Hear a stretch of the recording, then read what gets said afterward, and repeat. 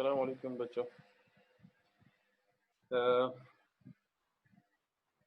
Welcome back to the next video lecture of data communication. In today's video lecture, we are going to start in chapter number 4 of data and computer communication book, and this lecture will be the lecture number 9.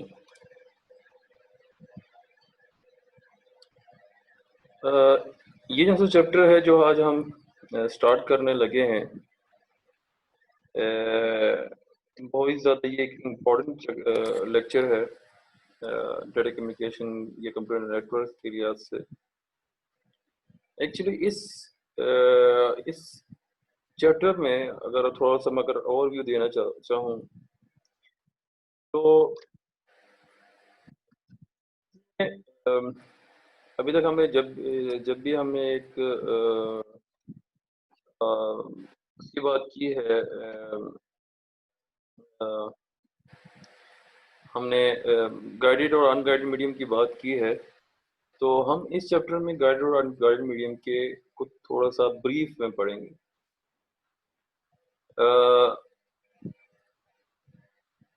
कौन कौन से guided medium हम use करते हैं अपने computer networks में data communication में, और कौन कौन से अनगाइडेड मीडियम हम यूज करते हैं for the purpose of data transmission के लिए। अब ट्रांसमिशन मीडियम एक ऐसा फिजिकल पाथ होता है ट्रांसमीटर और रिसीवर के दरमियान में, जिसको हम यूज करते हुए हम अपने डाटा को प्रोपगेट करते हैं, अपनी इंफॉर्मेशन को प्रोपगेट करते हैं। तो इसका मतलब ये है कि हम जब भी डाटा कम्युनिकेशन की बात करते हैं, हम जब भी कंप्यूटर नेटवर्क्स की बात करते हैं, तो ट्रांसमिशन मीडियम एक बहुत बड़ा एक इम्पोर्टेंट पार्ट प्ले करता है डाटा को ट्रांसफर करने के लिए। तो इट्स मीन के हमें जब भी डाटा ट्रांसमिशन करनी होगी बिटवीन टू और मोर देन टू डिवाइसेस, तो हमें ट्रांसमिशन मीडियम को चूज करने में बहुत ज़्यादा ख्याल रखना पड़ेगा कि हम कौन सा मीडियम यूज करना चाहते हैं। It totally depends on your cost. आपके पास कॉस्ट कितनी है, आया आप फिजिबल हो गाइडेड मीडियम को यूज करने के लिए, आया आप फिजिबल हो अनगाइडेड मीडियम को यूज करने के लिए। Before that we should know about the guided medium और guided media and unguided media. Guided media एक ऐसा मीडिया होता है जिसको हम कहते हैं कि एक सॉलिड मीडियम है, एक रूट बना होता है एक सॉलिड मीडियम का जो हमें नजर आता है। लेकिन जहां तक अनगाइडेड मीडिया की बात होती है, ये एक ऐसा मीडिया है जो हमें नजर नहीं आता। वो वाटर में भी हो सकता है, वो स्पेस में भी हो सकता है, वो किसी भी एटमॉस्फेयर में हो सकता है। और अगर हम इसकी खसूसियात कैरेक्टरिस्टिक्स की अगर हम बात करते हैं, तो किसी भी सिग्नल की अगर हम सिग्नल को with respect to guided medium या अनगाइडेड मीडियम देखते हैं, तो हमारे पास कुछ कैरेक्टरिस्टिक्स आती हैं। अगर हम गाइडेड मीडियम की बात करते हैं, तो guided medium is more important in determining the limitation of the transmission. Guided medium से ही यूज करते हुए हम ये देख सकते हैं कि हमने कितना अच्छा हमने मीडियम यूज किया हुआ है। उसी मीडियम को देखते हुए हमें पता चल जाएगा कि हमारी लिमिटेशंस क्या क्या है। अगर हमने लो क्वालिटी का हमने गाइडेड मीडियम यूज किया है, तो इट्स मीन कि उसकी लिमिटेशन एक खास हद तक है। लिमिटेशन किस चीज की? ट्रांसमिशन की, डाटा ट्रांसफर, उसका डाटा रेट कम होगा। जो हम अच्छे मीडियम का अगर हम यूज करते हैं मीडियम, कॉस्ट उसकी अच्छी है, कॉस्ट काफी ज्यादा हो, काफी अच्छी हो, तो इट्स मीन कि उसकी लिमिटेशन उतनी ही कम हो। इट्स मीन कि अगर हम गाइडेड मीडियम की बात करते हैं तो it's totally depend on the medium कि उसकी लिमिटेशन ट्रांसमिशन की क्या हो। जहाँ तक अनगाइडेड मीडियम की बात है तो अनगाइडेड मीडियम में एक खास फैक्टर है, एक खास कंपोनेंट है जिसको हम एंटीना कहते हैं। तो एंटीना एक इम्पोर्टेंट रोल प्ले करता है कि वो कितनी हद तक एक बैंडविड्थ प्रोड्यूस कर सकता है, वो कितने सिंपल अल्फाज में वो कितने जोर से एक सिग्नल को प्रोपगेट कर सकता है। जितना अच्छा एंटीना होगा उतने ही जोर से वो सिग्नल को प्रोपगेट कर सकता है, उतनी ही हाई एनर्जी में वो सिग्नल को प्रोपगेट कर सकता है।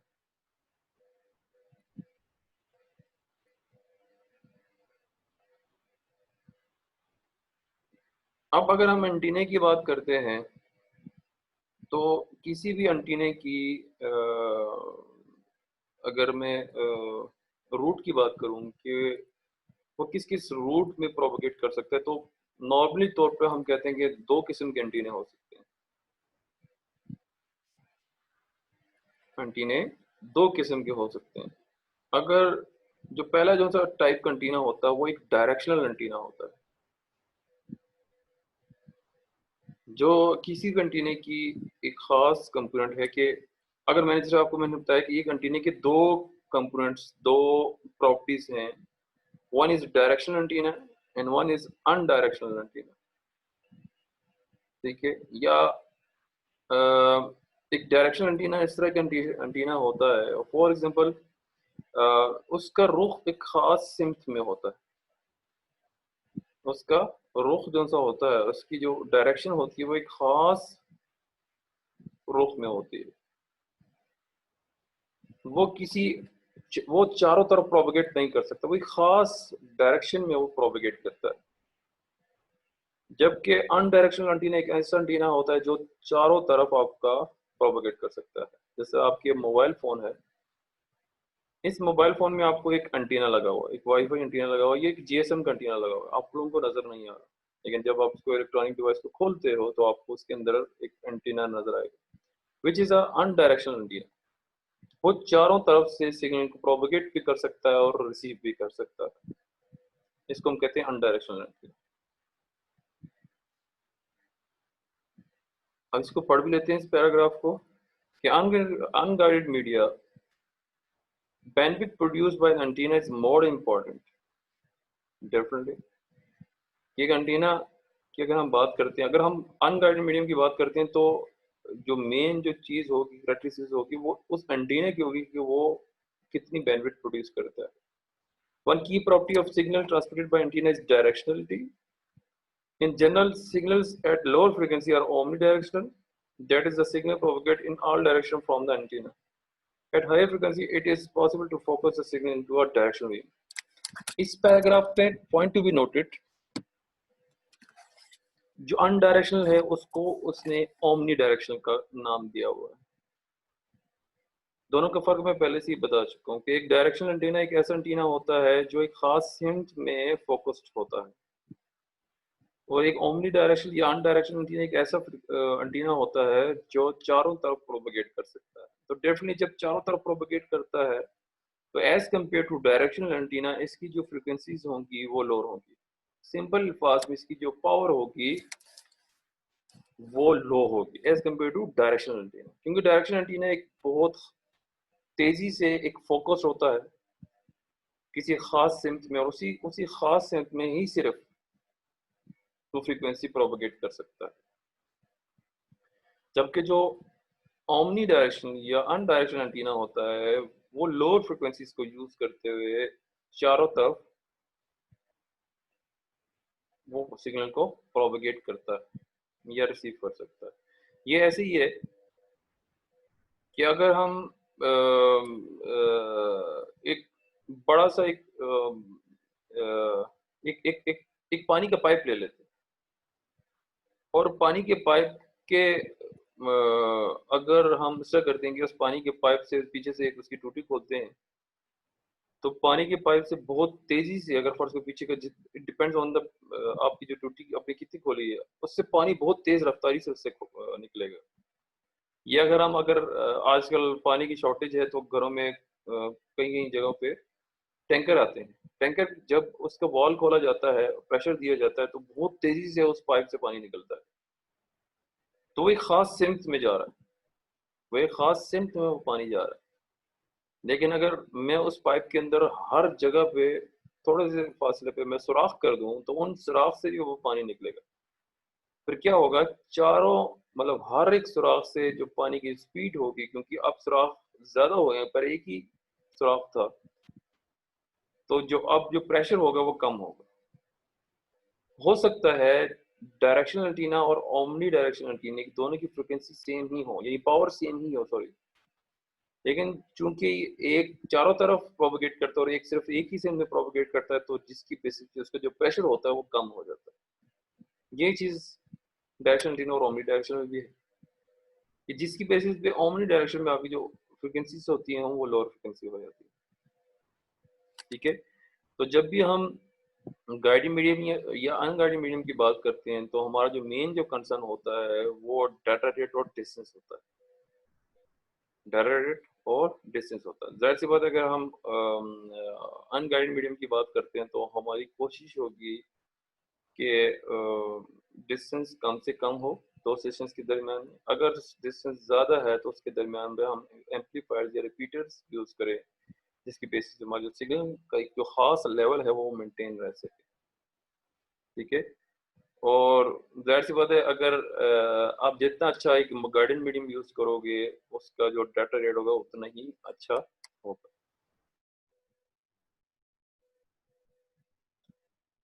किसी भी अ, अगर हम डाटा रेट और डिस्टेंस की बात करते हैं, तो there are some design factors जिनकी बेसिस पे हम डाटा रेट और डिस्टेंस को डिटरमाइन कर सकते हैं। We can say that the data rate and distance are the key considerations. Data rate and distance are the key considerations in the data transmission system design. If we are going to achieve highest data rates over longer distance, यानी जाहिर सी बात है कि अगर हम चाहते हैं कि यार डिस्टेंस भी ज़्यादा हो और उस डिस्टेंस पे हमारे पास डाटा रेट भी ज़्यादा हो, then there are some number of design factors relating to transition medium and the signal to determine the data rate and distance. हमें कुछ डिजाइन फैक्टर्स का खास तौर पे ख्याल रखना पड़ेगा। अगर ये डिजाइन फैक्टर्स आपके स्टैंडर्ड्स के मुताबिक हैं, फिर जाके हम लॉन्गर डिस्टेंसेस पे हायर डाटा रेट्स को अचीव कर सकते हैं। तो इनमें डिजाइन फैक्टर्स में सबसे पहले जो सा फैक्टर है that is called bandwidth. What is the bandwidth? हम कहते हैं कि this factor is very important for determining the data rate and distance. अगर हम तमाम बाकी फैक्टर्स को कांस्टेंट रख दें, लेकिन हम ये लाजमी देखेंगे कि अगर हमारी बैंडविड्थ ज़्यादा होगी किसी भी सिग्नल की, तो हमें उससे डाटा रेट भी ज़्यादा अचीव हो सकता है। सीधी सी बात है कि जितना पैसा मिलाओगे, जितना गोर डालोगे, उतनी ही चीज़ मिटी होगी। अच्छा मीडियम होगा, आया वो गाइडेड मीडियम है या वो अनगाइडेड मीडियम है, आपका डाटा रेट उतना ही हाई होगा। अच्छा मीडियम है तो अच्छी आपकी बैंडविड्थ है। अब एमबीज में ज़्यादा ऊपर जाते हो, 2 MB से आप 8 MB असर ऊपर जाते हो। 16 MB बाहर के मुल्कों में, कनाडा में जब था तो उस वक्त मैं 300 MB यूज़ करता था। क्या है, बैंडविड्थ ज़्यादा है और डाटा रेट भी बहुत ज़्यादा है। एक कॉमन सेंस की चीज़ है कि अगर हम लॉन्ग डिस्टेंस पे एक अच्छा डाटा रेट हासिल करना चाहते हैं तो हमारी बैंडविड्थ अच्छी होनी चाहिए। इसी के साथ हमने जो पिछले लेक्चर में चैप्टर नंबर 3 में जो ट्रांसमिशन इम्पेयरमेंट्स पढ़ रहे थे, उनका भी खास तौर पे ख्याल रखना। उन चीज़ों को हम अर्ली बेसिस पे अगर हम डिटेक्ट करेंगे, रिमूव करेंगे, तो हम अच्छा एक data rate at the longer distance पे हम हासिल कर सकते हैं। अगर आप अपने माइंड को रिफ्रेश करो, तो आपको वो ट्रांसमिशन इम्पेयरमेंट्स कुछ याद होंगे, जिसमें अटेन्युएशन एक सबसे एक इम्पॉर्टेंट फैक्टर है अगर हम एनालॉग सिग्नल की बात करें। Impairment such as attenuation limits the distance. ठीक है, ज़ाहिर सी बात, जब सिग्नल का डिग्रेड हो जाता है तो हम चाहते हैं कि यार अगर फॉर हमारे पास इतनी फैसिलिटीज़ नहीं है, अपने इतने हमारे पास रिसोर्सेज नहीं है, तो हम कोशिश करते हैं कि डेफिनेटली अगर हमारे पास, हम कहते हैं अगर हमारे सिग्नल में एटेन्युएशन आने की ज़्यादा चांसेस है तो हमारे पास लॉन्गर डिस्टेंस पे हम डाटा को ट्रांसमिट नहीं कर सकते। फॉर अगर हम गार्डियन मीडियम की बात करते हैं तो there are some three types of guided medium. One is twisted pair, one is coaxial cable, and one is optical fibre. इन तीनों के बारे में आगे मैं आपको बताऊंगा भी। कहते हैं कि twisted pair generally suffers more impairments than coaxial cable.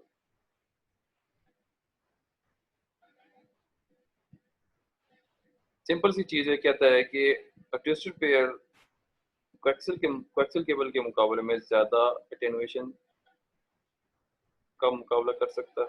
का मतलब ये है कि इसमें अटेन्युएशन ज्यादा आती है as compare to coaxial cable. Cable में ज्यादा अटेन्युएशन आती है as compare to optical fibre. वही चीज है, मैं जैसा कह रहा हूँ कि कॉस्ट के लिहाज ट्विस्टेड पेयर सबसे ज्यादा सस्ती है as compare to optical fibre. सबसे सस्ती है ट्विस्टेड पेयर, फिर आपकी आती है कोएक्सियल केबल, फिर उसके बाद आती है ऑप्टिकल फाइबर। तो कहते हैं अटेन्युएशन जो सी है वो आपकी ट्विस्टेड पेयर में ज्यादा आती है as compare to coaxial cable, और कम्पेयर टू ऑप्टिकल फाइबर आपकी अटेन्युएशन आती है coaxial cable. Next is interference. Interference किसे कहते हैं? Overlapping frequency bands can distort और वाइप आउट द सिग्नल। होता ये है कि जिस तरह अगर फॉर एग्जांपल दो सेशंस किसी एक खास फ्रीक्वेंसी को यूज करते हुए आपस में कनेक्टेड है, मैं कहता हूं कि वो जैसी फ्रीक्वेंसी है वो 0.25 फ्रीक्वेंसी है। जस्ट सपोज कर लो कि 0.25 फ्रीक्वेंसी पे दो सेशंस एक दूसरे के साथ कम्युनिकेशन कर रहे हैं। कुछ टाइम के बाद एक और फ्रीक्वेंसी आती है जिसका हरगिज मकसद नहीं था कि वो इस ट्रांजिशन के अंदर मुदाखलत करे। गलती से इंजीनियर ने उसकी भी फ्रीक्वेंसी 0.24 रखी। जो ही ये स्टेशन के करीब आती है तो वो फ्रीक्वेंसी इसके अंदर इंटरफेयर कर देती है, जिसकी बेसिस पर हम कहते हैं कि ये जो सी फ्रीक्वेंसीज हैं एक दूसरे को ओवरलैप कर दे। ओवरलैप करने की बेसिस पे आपकी जो सिग्नल होता है वो वाइप आउट हो। ठीक है, तो एक इंटरफेरेंस एक बहुत बड़ा एक इम्पॉर्टेंट फैक्टर है जो एक अच्छे डाटा रेट को भी वाइप आउट कर सकता है। ठीक है, next design factor is number of receivers. Number of receivers का यहाँ भी मकसद ये है कि जब हम एक शेयर्ड मीडियम को, मतलब number of devices, many number of devices किसी एक टाइम पे खास मीडियम को शेयर कर रहे हैं, तो क्या होगा, उसमें नंबर ऑफ डिवाइसेस ज़्यादा आ गए, नंबर ऑफ रिसीवर्स उसमें ज़्यादा आ गए, जिसके बेसिस पे आपकी जो डिस्टेंस है वो भी लिमिट हो जाती है और जो डाटा रेट है वो भी लिमिट हो जाती है। जितने कम नंबर ऑफ रिसीवर्स होंगे उस मीडियम को शेयर कर रहे होंगे, आपकी उतनी ही आपकी जो डाटा रेट होगी वो आपकी ज़्यादा आएगी।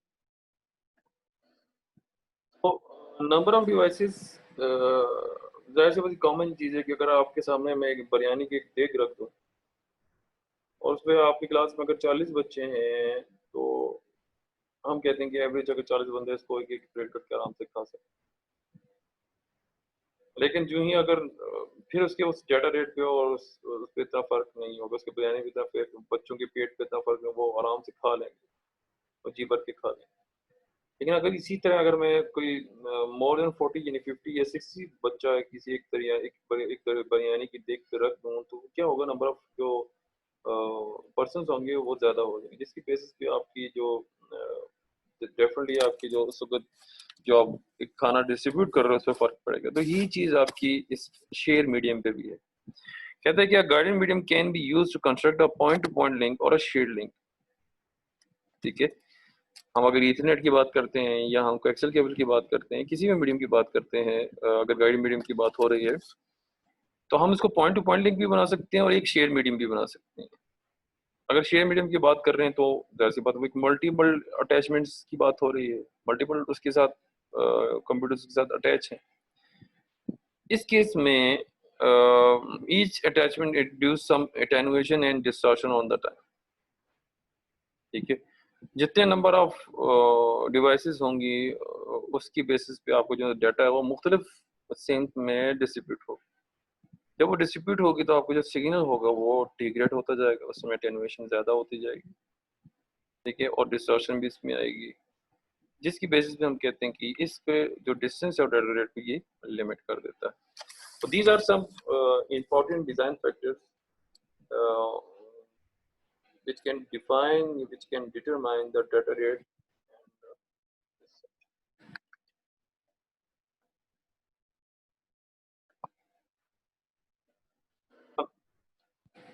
Now you can see the one picture about the electromagnetic spectrum.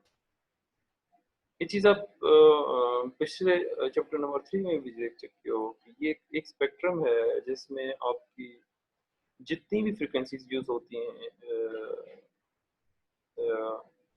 और प्रोपगेटिंग द इंफॉर्मेशन के लिए सारी आपको नजर आ रही है।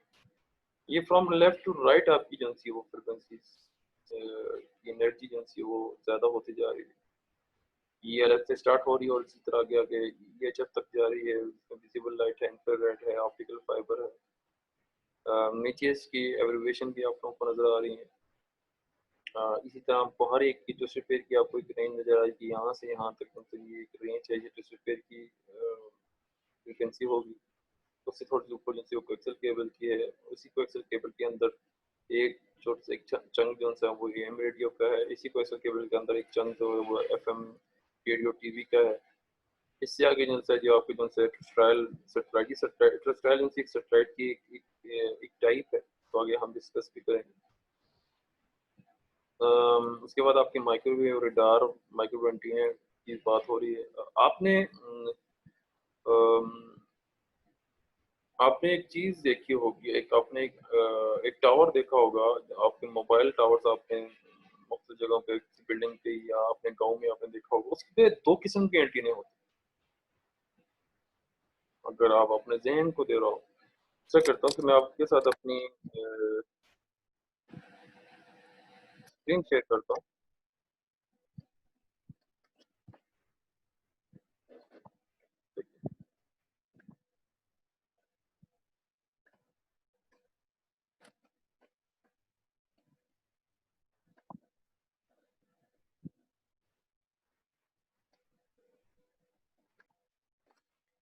अच्छा, आप लोगों के सामने ये मैंने गूगल पे एक मोबाइल के को एक मोबाइल टावर मैंने एक इमेज खोली हुई है, आप उसमें दो किस्म के नजर आ रहे हैं। तो ये जो एंटीना है इसको हम कहते हैं कि लॉन्ग एंटीना। इसकी जो सी ऊपर जो सतह होती है वो बैट के ऊपर जो आपके कर्व्स होता है ना, इस तरह के कर्व्स बनता होता है। ये जैसे मुख्तलिफ आप कंटिन्यूस यहाँ पे लॉन्ग एंटीना नजर आ रहे हैं। इसको हम लॉन्ग एंटीना भी कहते हैं, इसको हम बीटीएस एंटीना भी कहते हैं। ठीक है, इसको हम बीटीएस एंटीना भी कहते हैं, इसको हम लॉन्ग एंटीना भी कहते हैं। इसके अलावा आपको एक और शेप का एंटीना नजर आ रहा है जो एक गोल शेप है, इसको हम कहते हैं पैराबोलिक शेप। एक ढोलनुमा एक आपका एक एंटीना होता है, साइज में डिफरेंस है कि 0.3 से आपका इनका साइज स्टार्ट होता है और 2.5 तक आपका 2.5 मीटर्स तक इतना होता है। ये टेक्नोलॉजी जो एंटीना लगा हुआ है ये आपको 2.5 डायमीटर का लगा हुआ है। तो इसमें आपको दो किस्म खास किस्म के एंटीना है। एक आपको आपको होता है कि बिगेस्ट एंटीना एक लॉन्ग एंटीना और एक माइक्रोवेव डिश, तो हम कहते हैं माइक्रोवेव डिश। जो माइक्रोवेव फ्रीक्वेंसी है ये आपका डायरेक्शनल एंटीना है, क्योंकि खास सेंस में किसी दूसरे एंटीने को देख रहा है। खास सेंस में एक अगर कोई एंटीना आपको शायद नजर आए, लेकिन जितने भी आप एंटीना देख रहे हैं इसमें आपको दो किस्म के ही आपको एंटीनास नजर आ रहे होंगे। फॉर एग्जाम्पल ये अगर मैं इस पिक्चर की बात करूँ तो ये देखिए इस वक्त यहाँ पे इस टावर में आपको बेतहाशा आपके माइक्रो डिशेस आ रहा है। यहाँ पे भी आप एक माइक्रोवेव डिश देखो तो इसका मतलब ये है कि ये जैसे माइक्रोवेव डिश है ये किसी इसी सेंस में किसी दूसरे एंटीने के माइक्रोवेव डिश को देख रही है। एक डायरेक्शनल फोकस एक बहुत हाई डायरेक्शनल बीम फ्रीक्वेंसी के निकाल के एक दूसरे को देख रही है। इसी तरह ये भी एंटीना है, इसी तरह ये जितने भी एंटीने हैं को एंटीना है उस पर अगर एक माइक्रोवेव डिश लगी हुई है इसका मतलब ये है कि वो टावर सिर्फ एक किसी माइक्रोवेव एंटीने के साथ इंटरलिंक में है। लेकिन जब मैं बात करूं लॉन्ग एंटीने की, ये लॉन्ग एंटीना जो है ये आपका ओमनी डायरेक्शनल या अनडायरेक्शनल एंटीना है। ये पैराबोलिक शेप पे डिपेंड करता है कि ये शेप अगर आप बैट को अगर आप देखो बैट की आपके ऊपर नीचे सेम है, जहां जब आपकी पैराबोलिक शेप आप है शेप आपकी नजर आ रही है उस तरफ ये रेडिएशन प्रोपेगेट करता है। तो हम कहते हैं कि ये ओमनी डायरेक्शन इसकी frequency as compare to microwave frequency अगर हम वापस अपनी स्लाइड्स की तरफ जाएं, ये आपको जैसे नजर आ रहा है इस साइड्स में जो माइक्रोवेव एंटीना है इसकी जो फ्रीक्वेंसी है वो ज्यादा है एज कम्पेयर टू अगर हम ये रेडियो फ्रीक्वेंसी की बात करें और आपकी माइक्रोवेव एंटीना इससे पीछे जो है वो आपकी टेलीकम्युनिकेशन रेज मौजूद होती है। तो उसकी माइक्रोवेव जो फ्रीक्वेंसी है उसकी वो फ्रीक्वेंसी वो ज़्यादा है। जैसे ये जो आपके लॉन्ग एंटीने इनका ताल्लुक आपके मोबाइल के साथ आपके मोबाइल से वो इन लॉन्ग एंटीने के साथ कनेक्टेड होते हैं।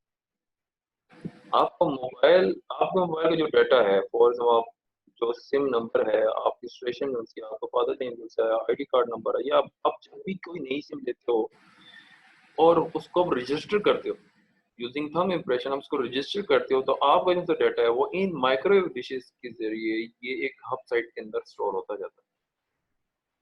एक वेब साइट के अंदर ही स्टोर होता जाता है। अब इसमें एक पूरा अब इसके अलावा एक तो ये कि ये आपका डाटा ये माइक्रोवेव जैसा डिश है ये अ, आपके हब साइट तक ये पहुंचाता है। ठीक है। हमने ये एक पिक्चर देखी थी फॉर एग्जाम्पल ये जैसे आपका वेबसाइट है ये एक एंटीना नज़र आ रहा है आपको माइक्रो डिश का। ये अगर सबसे लास्ट में है उसके बाद ये वाला एंटीना इसके बाद ये टावर उसके बाद ये टावर इसको पहुंचाता है माइक्रो डिश को यूज करते ये टावर इसको पहुंचाता है और ये टावर पर इसको पहुंचाता है। तो आपके इस्लामाबाद में एक आइनन सेक्टर है आइनन इंडस्ट्री एरिया वहाँ पे आपकी एक हब साइट लगी हुई है जहाँ पे आपका डाटाबेस स्टोर होता है। तो माइक्रो डिश एक बहुत खास इम्पोर्टेंट फैक्टर है इम्पोर्टेंट काम है जिसकी बेसिस पे आपका जो डाटा है वो एक जगह से दूसरी जगह पे प्रोपेगेट होता है। लेकिन अगर आपके मोबाइल की बात है तो मोबाइल आप कनेक्ट होते हैं जीपीएस लॉन्ग एंटीना के साथ। अब जब आप अपने किसी दोस्त को कॉल करना चाह रहे हो sorry for this noise actually मेरे घर के साथ बोरिंग हो रही है। अब मैं उस काम को तो मैं नहीं रुकवा सकता मेरे बस में नहीं है कि मैं उस काम को रुकवा सकता। तो इसलिए इस लेक्चर को मैं थोड़ा सा आपको थोड़ा सा इसको बर्दाश्त करूँ मैं कोशिश करूँ कि मैं थोड़ा सा ऊंचा बोलूँ। तो वो कह रहा है कि आप जब एक कॉल करते हो कॉल पे जब आप कॉल का बटन प्रेस करते हो तो आपका इस बीटीएस एंटीना यानी लॉन्ग एंटीना के साथ आपकी फ्रीक्वेंसी मैच होती है फिर इस ये जैसे लॉन्ग एंटीना इस माइक्रो डिश को बताता है। फॉर एग्जाम्पल अगर इस मुतलका आपके घर के पास जो टावर लगा है, उस टावर के साथ आपका दूसरा जो सा एंटीना दूसरा स्टेशन है जिसके साथ आप बात करना चाहते हो वो इसके साथ कनेक्टेड नहीं है। ये करेगा, ये इस माइक्रो डिश को यूज करेगा यहाँ से, यानी हमें देखें, हमें विद इन द सेकंड हमारी कॉल मिलती है, लेकिन इसके बैकएंड पे एक बहुत बड़ा एक प्रोसेस। वो प्रोसेस क्या है कि आप जब आप कॉल का बटन प्रेस करते हो तो आपको ये बीटीएस एंटीना आपके साथ फ्रीक्वेंसी मैच करता है, कॉल कनेक्ट करता है। ये जो सी आपकी इंफॉर्मेशन है, ये आपको एक सोर्स का एड्रेस है, एक आपका सिम नंबर है, एक IMEI नंबर है, IMEI नंबर है, वो इंफॉर्मेशन गेट करता है। कौन? ये आपका लॉन्ग एंटीना, और ये अपनी मुतलका माइक्रो डिश को भी प्रोवाइड करता है। माइक्रो डिश क्या करता है कि अपने मुतलका जिस टावर के साथ भी ये कनेक्टेड है उसको ये बताता है कि ये फलान ऐसा यूजर है, वो फलान यूजर के साथ कम्युनिकेट करता है। तो चेक करो कि वो मुतलका यूजर कौन से मोबाइल टावर के साथ कनेक्टेड है। तो फॉर अगर आप ये समझ लो कि आपको जो बंदा है वो किसी लाहौर के सेक्टर में बैठा हुआ, तो फिर आपको देखो कि ये पीछे इसके बैकएंड में कितना बड़ा प्रोसेस हो रहा है जो हमें पता ही नहीं चलता। ठीक है, और इसके बाद हमारा अक्सर एक ये चीज़ भी होती है कि जब हम सफ़र कर रहे हो, गाड़ी में हो, तो आप उस वक्त भी देखो कि हमारी कितनी तेज़ी से जो सिग्नल है वो एक टावर से दूसरी टावर की तरफ शिफ्ट हो रहे हो। कुछ ज़माने पहले आप लोगों ने रोमिंग का नाम सुना होगा। तो रोमिंग का प्रोसेस का मतलब यही है कि जब हम एक जगह से दूसरी जगह पे शिफ्ट होते हैं तो हमारी जो फ्रिक्वेंसी होती है, जो डाटा है, वो किसी दूसरे टावर को बेच दिया जाता है। ठीक है, तो वापस आते हैं अपने स्लाइड्स पे।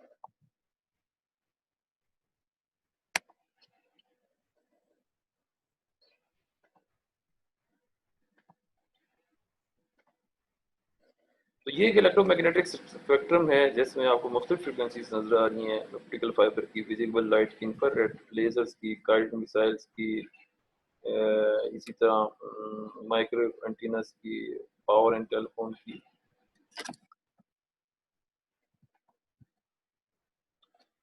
अ, अगर हम गाइडेड मीडियम की बात करें तो हमारे पास तीन किस्म के हमारे पास मीडियम है। एक ट्विस्टेड पेयर है, एक कोएक्सियल केबल है, और एक ऑप्टिकल फाइबर। उसको एक टेबल करके कुछ करेक्टरिस्टिक्स आपके सामने दी हुई हैं। बेसिकली वो करेक्टरिस्टिक्स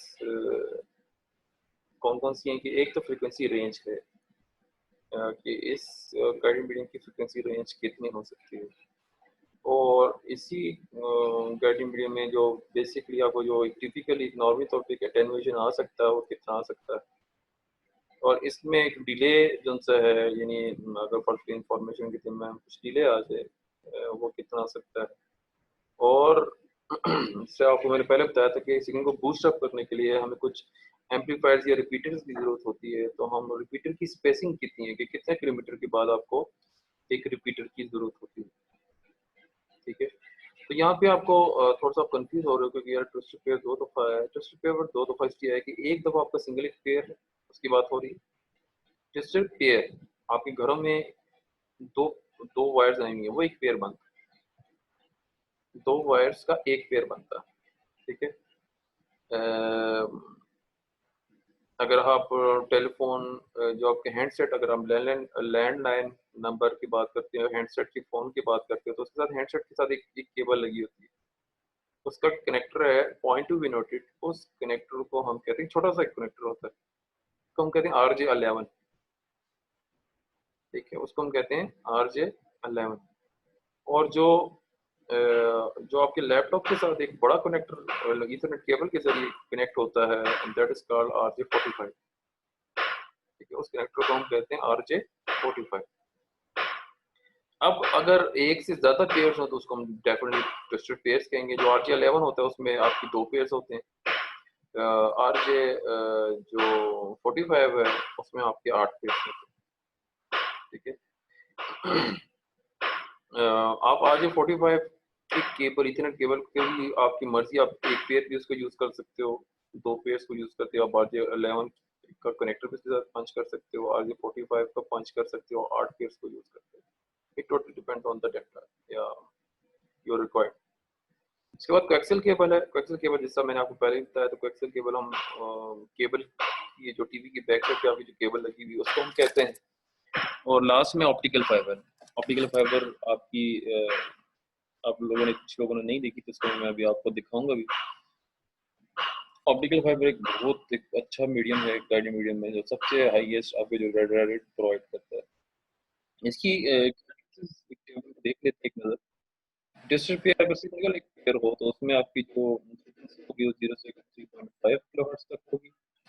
और इसमें जो जो यूनिट है अटेन्यूएशन वो डीबी में होता है। तो 0.2 डीबी पर किलोमीटर, 0.2 डीबी पर किलोमीटर इसकी टिपिकल अटेन्यूएशन आ सकती है। और अगर हम डिले की बात करें कि तो उसमें डिले जो है वो माइक्रो सेकंड 50 माइक्रो सेकंड्स पर किलोमीटर आ सकता है। और दो हर मिनिमम 2 किलोमीटर के बाद हमें रिपीटर की जरूरत पड़ती है। ठीक है। ट्विस्टेड पेयर, इसी तरह ट्विस्टेड पेयर्स की फ्रीक्वेंसी इससे ज़्यादा है, इसमें टेन्यूएशन थोड़ा सा ज़्यादा है। और 5 जो है माइक्रो सेकंड जो है सिर्फ 5 सेकंड पर किलोमीटर जो है वो आपका डिले आता है। इसमें भी जो आपकी रिपीटर स्पेसिंग है वो 2 किलोमीटर की है। इसी तरह कोएक्सियल केबल भी है। और इसी तरह आपकी जो ऑप्टिकल फाइबर की अगर फ्रीक्वेंसी रेंज देखते हैं तो 186 टू 370 टेराहर्ट्ज तक आपका इसका फ्रीक्वेंसी रेंज हो सकती है। टेन्यूएशन जो है वो 0.2 से 0.5। टेन्यूएशन क्या है? सिग्नल ग्रिड हो जाता है। तो टिपिकल जो इसका जो रेशो है, जो इसका जो मेजरमेंट है कितने डीबी में आता है। ठीक है। तो डिले क्या है? रुक रुक के तो हो सकता है उसमें 5 बहुत कम है 5 माइक्रो सेकंड्स पर किलोमीटर उसमें डिले आ सकता है। और 40 किलोमीटर बहुत बड़ी रेंज है कि 40 किलोमीटर के बाद आपको रिपीटर की जरूरत होती है, किसी का डिग्रेड हो सकता है। ठीक है, विच इज़ क्वाइट पॉसिबल कि इतने बड़े रेंज के बाद हमें जो डिले जो रिपीटर है उसकी ज़रूरत पड़ सकती है। आज का लेक्चर इतना ही। इंशाल्लाह नेक्स्ट लेक्चर में हम मज़ीद बातें करेंगे, मज़ीद डिस्कस करेंगे।